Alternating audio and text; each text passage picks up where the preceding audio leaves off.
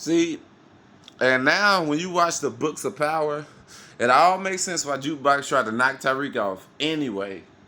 Even though Ghost and 50 came and brought, well, Kanan brought the ransom money, she was like, bro, I was just gonna knock the little motherfucker off, keep the money, and run off to the sunset.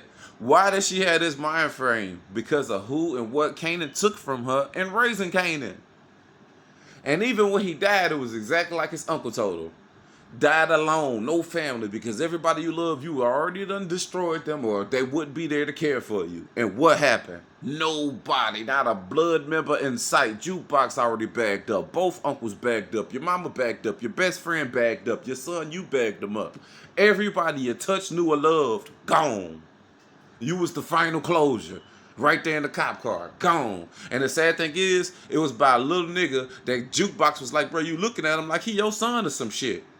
You're looking at him pretty much like you did Ghost, and that's Ghost's son. How you take your eyes off a Ghost, and he cost you time and your power at the game. He took the game over from you with him and Tasha with the anonymous tip. Then you fall victim to his son setting you up with his mama with the police. He got to be smarter than that, right or wrong. You gonna trust the son of the father who already tried to end you to a degree, pretty much. He should have took Tyreek out when he had the chance. And he should have let Jukebox took him out too. He'll still be here.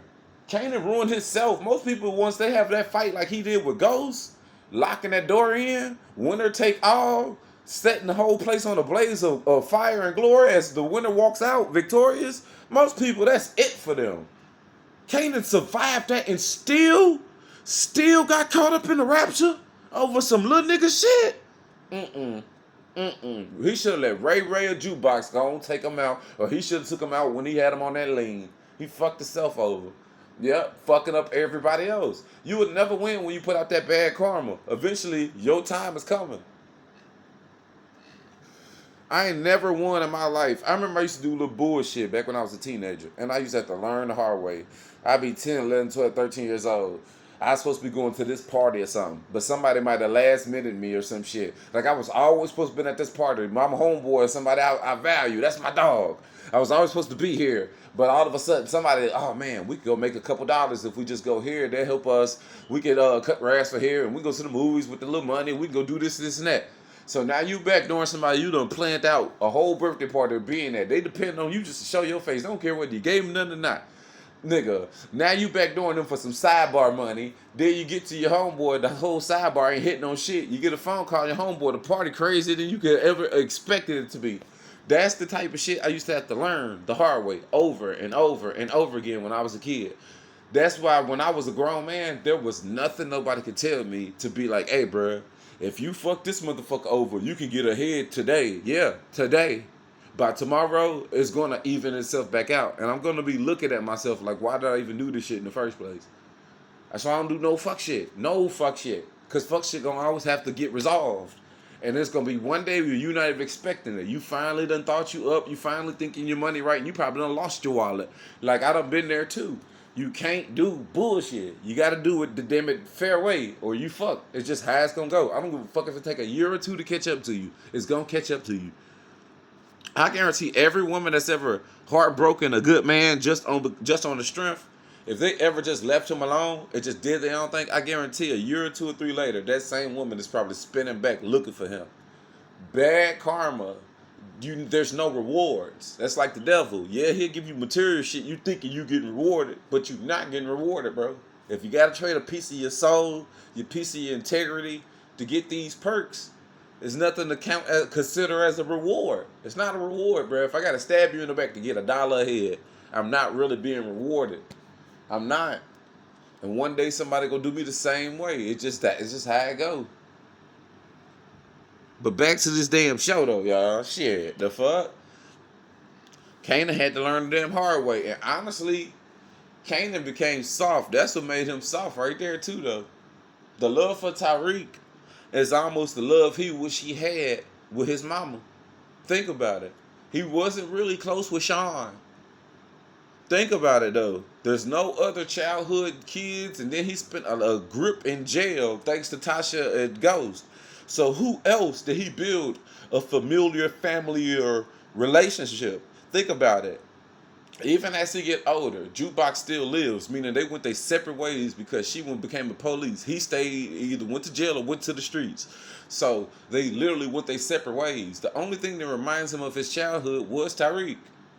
Watching him grow, watching him earn for himself, watching him not, like when they tried to give him the fake 20, trying to stand tall. Watching him basically became a baby him. That's why he didn't harm Tyreek. He was ready to lay Tyreek down, like I say, when he had that lean. But then he heard Tyreek shitting on Ghost. And that's another reminder of himself. You got to think about it. We don't know the exact age that Tyreek, that Ghost sent Kanan to prison. We don't know that. He could have spent from 18 to 30 something when we saw him. We don't know that. So that connection and that mutual hatred for that same enemy is the reason why he let Tyreek live. But that was a big mistake because a father and son relationship can't be forgiven. But then again, he slick got both y'all laid down, which is the craziest shit in the world anyway. He knocked off Ghost, then set you up. Like, it's the craziest shit in the world. Then he referenced so much shit off based off how you told him when his daddy was the smoothest motherfucker he knew moving, but the nigga just was too busy to be such a brat without paying the real attention to what the fuck was going on in front of him. Shit, Ghost could have taught this man the world. Kanan really couldn't have teach you shit as far as nothing but the streets. Tommy could only teach you nothing but the streets. Your mama literally could only teach you nothing but the streets. Only person that could teach you the best of both worlds was Ghost, and you hated him, and you killed him for that. Like, what the fuck? That man could have taught you how to be in the political field and be a hustler. He could have taught you how to be a hustler and a nightclub owner. Instead, you knock him off, and now you're listening to your daycare hustling, your drug in the daycare business ass selling mama, who later goes on the run. You feel me? Broken and dog shit, barely can afford apartment. Like, nigga, and your dad had you in penthouses since day one. Fucking idiot, bro. You can't make this shit up, bro. Niggas will have a good thing and will just keep pressing at it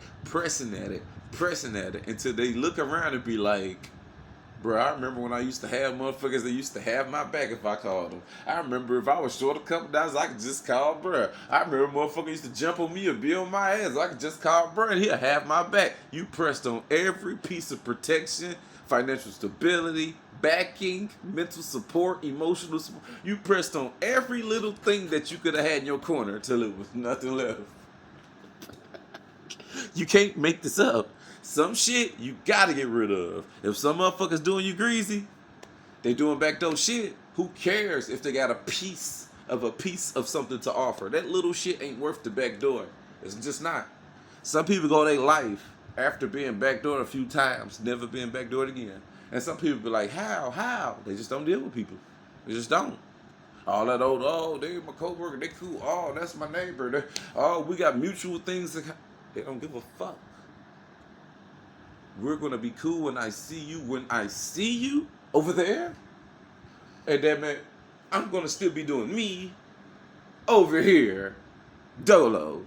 That's how that girl, what was that girl name over there at Henry House, the one that stayed upstairs? That's how she was. You can catch her dibbling dabbling when she need different things. She in different people's apartments networking. The minute she get her shit, door shut. Fuck every last one of you. She won't even open that door unless it's me. Wouldn't open that door at all unless it was me. Period. Not for Henry. Nobody around in the area would open that door for nobody unless it was me. I'm trying to tell you, bro. Some people, they deal with you a little bit, but they ain't smart enough not to really deal with you. Like, whether you realize it or not. I'm trying to tell y'all gotta pay attention. Most of the people, family in our era, don't really deal with us. We think they do, but they really don't, bruh.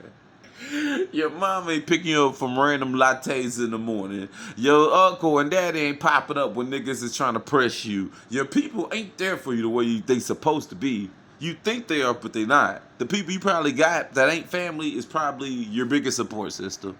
And I'm out. Chalk up the deuces out. I'm moving on up.